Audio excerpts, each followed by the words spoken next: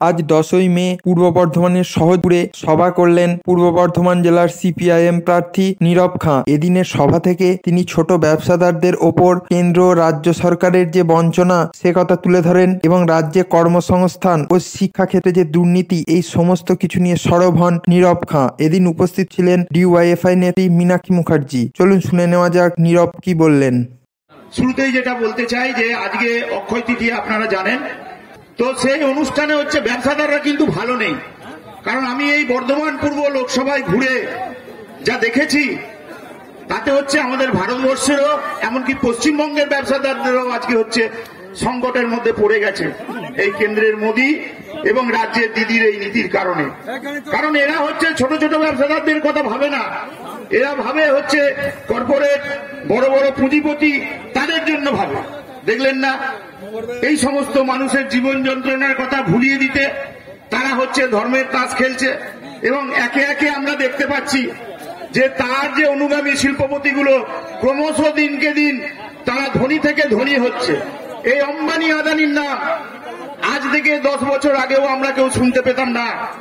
আর আজকে আম্বানি আদানি এরা হচ্ছে যে আজকে এশিয়ার মধ্যে কেন পৃথিবীর মধ্যে একটা জায়গা করে নিয়েছে এবং বড় বড় ব্যবসাদারদের তারা হচ্ছে বিদেশে পাঠাতে সাহায্য করেছে। এবং তার মধ্যে দেখবেন বেশিরভাগটাই গুজরাটি, সবটাই প্রায় গুজরাটি। তাহলে আমাদের ভারতবর্ষটা এখন যে কায়দায় চালানোর একটা রাস্তা নিয়েছে সেইটা হচ্ছে যে গুজরাটিরাই আমাদের ভারতবর্ষটা চালাচ্ছে।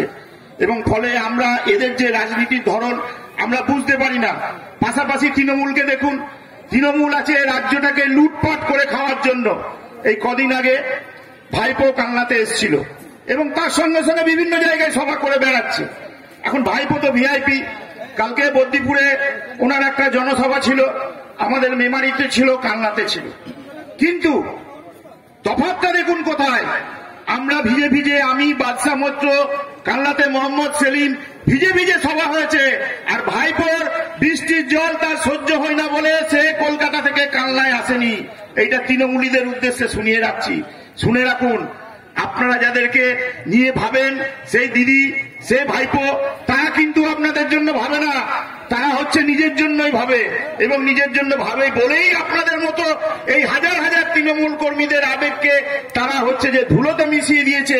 সে হেলিকপ্টারে করে আসতে পারবে না বলে।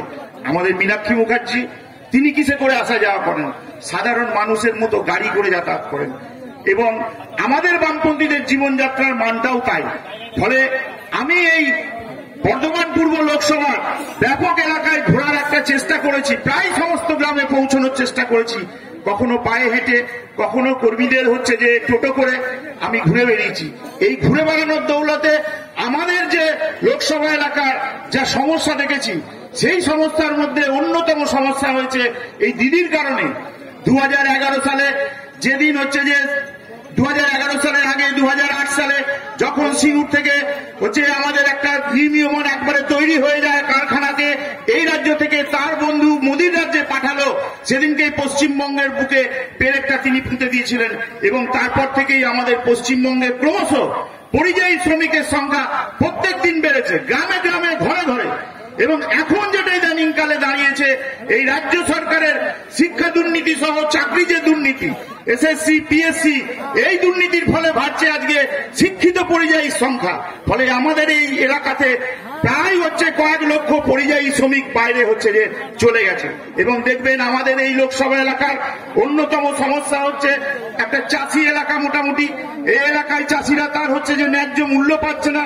100 দিনের কাজ বন্ধ, 100 দিনের কাজ বন্ধের ফলে মানুষ আজকে খুব সংকটে পড়েছে। এবং এই 100 দিনের কাজ সম্পর্কে যদি বলেন তাহলে দায়ী হচ্ছে তৃণমূল বিজেপি উভয়। কারণ তৃণমূল টাকা চুরি করেছে, বিজেপি রাজ্যকে টাকা দিচ্ছে না। আমরা বলছি দুটোই ঠিক, কিন্তু দেখুন আজকে কোন তৃণমূল নেতাকে অ্যারেস্ট করেছে বা গ্রেপ্তার করেছে? কোন তৃণমূল নেতাকে এরা গ্রেপ্তার করবে না। রাজ্যে এসে হচ্ছে বড় বড় এরা ডায়লগবাজি করবে, বিশেষ করে শুভেন্দু অধিকারী। তো আরো সমস্যা আছে, এলাকার গঙ্গার ভাঙনের সমস্যা আছে।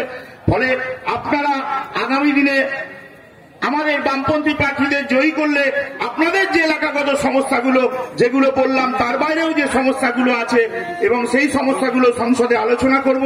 এবং কখনোই এর আগে আমাদের অঞ্জলি বলেছেন যে কখনোই আমরা অন্তত পক্ষে দলবদল করতে জানি না, কারণ বিগত যিনি সাংসদ ছিলেন তিনি 5 বছরের আগেই সে দলবদল করে পালিয়েছে। 2019 জেতার পর তিনি হচ্ছে যে জেতার পরে প্রায় বিজেপিতে চলে গেলেন, আবার তৃণমূলে গেলেন। ফলে এদের ওপর আপনারা ভরসা করবেন না, এরা কখন কোন দলে আছে কোনো ঠিক নেই। এবং তাদের যে রাজ্য সম্পাদক তিনিও বলেছেন যে আমাদের মধ্যে এটা স্বাভাবিক বিষয়। ফলে আগামী যে 13 তারিখে নির্বাচন অনুষ্ঠিত হবে, সেই নির্বাচনে আপনারা আমাকে দায়িত্ব দিয়ে সংসদে পাঠালে আপনাদের যে দায়িত্বগুলো দেওয়া হলো সবটাই আমি পালন করব। এইটুকু বলে সকলকে ধন্যবাদ, লাল সালাম, অভিনন্দন জানিয়ে শেষ করলাম।